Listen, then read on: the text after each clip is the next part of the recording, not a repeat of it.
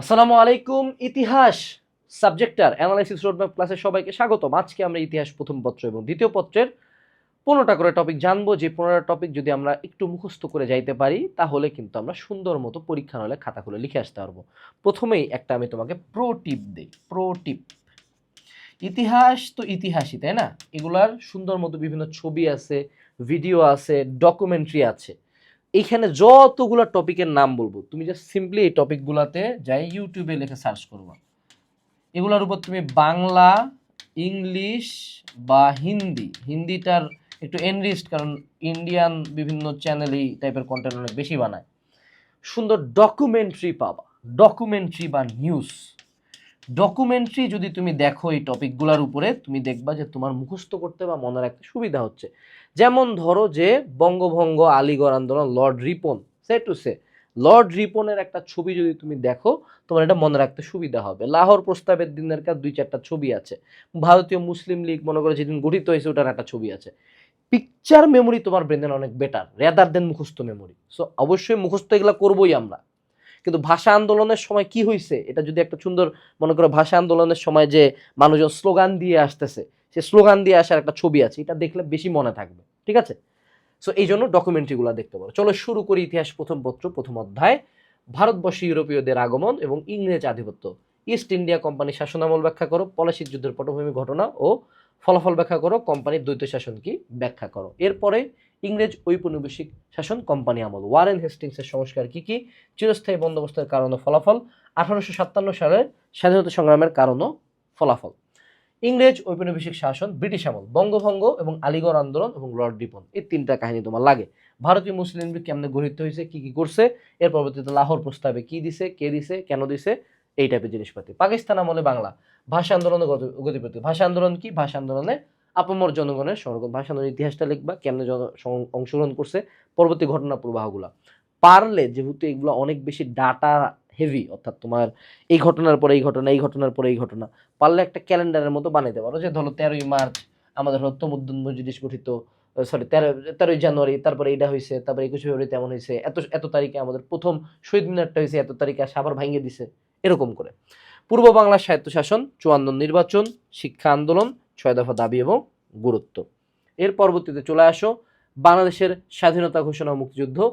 এখানে majority of the time এই বছরের কোশ্চেনে তুমি শেখ মুজিব রিলেটেড কোশ্চেন খুবই কম পাবা, বাট মুক্তিযুদ্ধ রিলেটেড ওভারঅল কোশ্চেন বেশি পাবা। সো এখানে বঙ্গবন্ধুর ঘোষণা ও প্রেক্ষাপট, পাকিস্তান সেনাবাহিনীর গণহত্যা, এইটা বেশি ইম্পর্টেন্ট। বাংলা জনতার যুদ্ধ, মুজিবনগর সরকারের বা মুজিব সরকারের কার্যক্রম। এরপরে মুক্তিযুদ্ধে বাংলাদেশ সরকারের মুজিবনগর সরকারের কার্যক্রম, মুজিবনগর সরকারের গঠন বাড়ানো, মুক্তিযুদ্ধে মুজিবনগর সরকারের ভূমিকা ব্যাখ্যা করো, মুক্তিবাহিনীর গঠন ও ভূমিকা ব্যাখ্যা করো। এরপরে মুক্তিযুদ্ধে প্রবাসী বাংলাদেশি ও বহির্বিশ্বের অবদান, মুক্তিযুদ্ধে ভারতের অবদান, এটা এবছর না আসার সম্ভাবনা অনেক বেশি। মুক্তিযুদ্ধে বৃহৎ শক্তির ভূমিকা এবং প্রবাসীদের অংশগ্রহণ কিভাবে হয়েছে, এগুলো লেখো। এই দিয়ে আমার ইতিহাস প্রথম পত্র সুন্দর মতো শেষ হয়ে গেল। তুমি যদি ইতিহাস প্রথম পত্রের এই যে ইতিহাসগুলা কতটুকু কোশ্চেন লিখলে নাম্বার পাবো এটা জানতে চাও, বা আরো বিস্তারিত টপিক বিন্যাস জানতে চাও, তাহলে তোমাকে এখনই অর্ডার দিয়ে দিতে হবে QnA HSC humanities suggestion solution. এখানে ইতিহাস থেকে শুরু করে 22টা সাবজেক্টের সাজেশন আছে এবং প্রত্যেকটা 3 স্তরের টপিক বিন্যাস আছে, এবং এগুলার উপরে আমাদের লিটারালি অ্যান্সারও দেওয়া আছে। তোমাকে টেস্ট পেপার মেডিজি কিছুই করতে হবে না। তো তুমি এগুলা পড়ে যা পরীক্ষার হলে বাকিটুকু ফিলার দিয়ে লিখে ফেলতে পারবা মনের মাধুরীর মতো। সো যারা এখনো সাজেশন বইটা অর্ডার দাও নাই, আমি জানি না কিসের ওয়েট করতেছো, যত জায়গায় নোট খুঁজে বেড়াচ্ছ, গাইড খুঁজে বেড়াচ্ছ, কোনোটাতেই এর চেয়ে ভালো দেওয়া নাই। ওকে? সো যারা অর্ডার দেওয়ার অবশ্যই হিউম্যানিটিজ সাজেশন সলিউশনটা অর্ডার দিয়ে দিবা। ইতিহাস দ্বিতীয় পত্রে আমরা চলে যাই। ইতিহাস দ্বিতীয় পত্রে শিল্প বিপ্লব কি কি, এখন সব আন্তর্জাতিক জিনিসপাতি। হ্যাঁ, শিল্প বিপ্লবের ধারণা ব্যাখ্যা করো। শিল্প বিপ্লবের ফলে পৃথিবীতে কি পরিবর্তন হয়েছিল, শিল্প বিপ্লব মানব সভ্যতায় যে আমূল পরিবর্তন আনছে সেগুলো লিখতে হবে। ফরাসি বিপ্লব, হোয়াট ইজ ফরাসি বিপ্লব, এই যে এই জায়গায় প্রত্যেকটা যা যা আছে এগুলোর উপর খুবই ডিটেইলড লেভেলের মনে করো ডকুমেন্টারি আছে।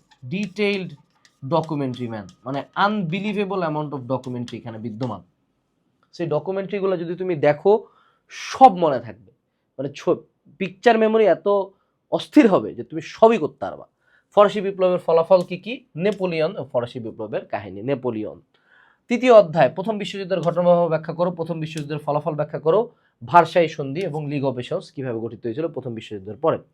বলশেভিক বিপ্লব, লেনিন লেনিন কিভাবে বলশেভিক বিপ্লব ঘটাইছিল, কি কি কাহিনী হয়েছে এবং বলশেভিক বিপ্লবের ফলাফলটা কি কি। এর পরবর্তীতে চলে আসো হিটলার ও মুসোলিনি, প্রথম বিশ্বযুদ্ধ পরবর্তী জার্মানি, দ্বিতীয় বিশ্বযুদ্ধের ফলাফল, অক্ষশক্তি এবং মিত্রশক্তি কারা কারা ছিল, কে কি করছে, লাস্টে কে জিতছে।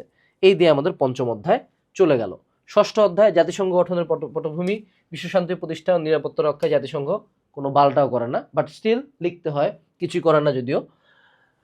পুঁজিবাদ ও সমাজতান্ত্রিক বিশ্বের ধারণা, স্নায়ুযুদ্ধ, আমেরিকা ভার্সেস সোভিয়েত ইউনিয়ন, স্নায়ুযুদ্ধের উদ্ভব, স্নায়ুযুদ্ধ চলাকালীন আন্তর্জাতিক রাজনীতি, স্নায়ুযুদ্ধ পরবর্তী বিশ্ব, সোভিয়েত ইউনিয়নের পতনের পটভূমি ব্যাখ্যা করো, সোভিয়েত ইউনিয়নের পতনের কারণ ব্যাখ্যা করো, সোভিয়েত ইউনিয়ন ভেঙে যাওয়ার কারণে পৃথিবীতে ক্ষমতার ভারসাম্য নষ্ট হয় উক্তিটি বিশ্লেষণ করো। বর্ণবাদ বিরোধী আন্দোলন, বর্ণবাদের ধারণা ব্যাখ্যা করো, বর্ণবাদ ধারণার জন্য বিশ্বে অনেক সংঘাত হয়েছিল বিশ্লেষণ করো। বর্ণবাদ আন্দোলনে নেলসন ম্যান্ডেলার আত্মত্যাগ আলোচনা করো। এই দিয়েই তো আমাদের সুন্দর মতো ইতিহাস দ্বিতীয় পত্র শেষ। তাহলে এত সুন্দর করে এই টপিকগুলোর উপর আগে প্রথমে ডকুমেন্টারিগুলো দেখার চেষ্টা করবে, একটু সময় নিয়ে 2x স্পিড দিয়ে দেখবা। এবং তুমি যদি এইচএসসি 26 ব্যাচের একটা স্টুডেন্ট হও, তোমাকে লাস্টে একটা গিফট দেই। তুমি যদি পরীক্ষার আগে 100% কমন উপযোগী শর্ট নোট চাও, তাহলে এই ভিডিওর সাথে এই ফেসবুক গ্রুপটার লিঙ্ক দেওয়া আছে, এখানে প্রচুর মানুষজন জয়েন দিছে, এই গ্রুপটাতে জয়েন দিয়ে দিবা, আর একটা গুগল ফর্ম দেওয়া আছে, সেটা ফিল আপ করবা। পরীক্ষার আগে আমরা শর্ট নোট দিব এবং এইচএসসি পরীক্ষার পরে অ্যাডমিশনের আগে আমরা সুন্দর মতো এখানে একটা ওয়েবিনার নিব, বলে দিব যে BD unit, science, arts, commerce, বা এ ইউনিট, ইঞ্জিনিয়ারিং, মেডিকেল, এগুলোর জন্য কিভাবে প্রিপারেশন নিবা। তো আমরা এখান দিয়েই ইতিহাস দ্বিতীয় পত্রের পার্ট দিয়ে শেষ করে দিচ্ছি। দেখা হচ্ছে পরবর্তী ভিডিওতে। Best of luck, tata.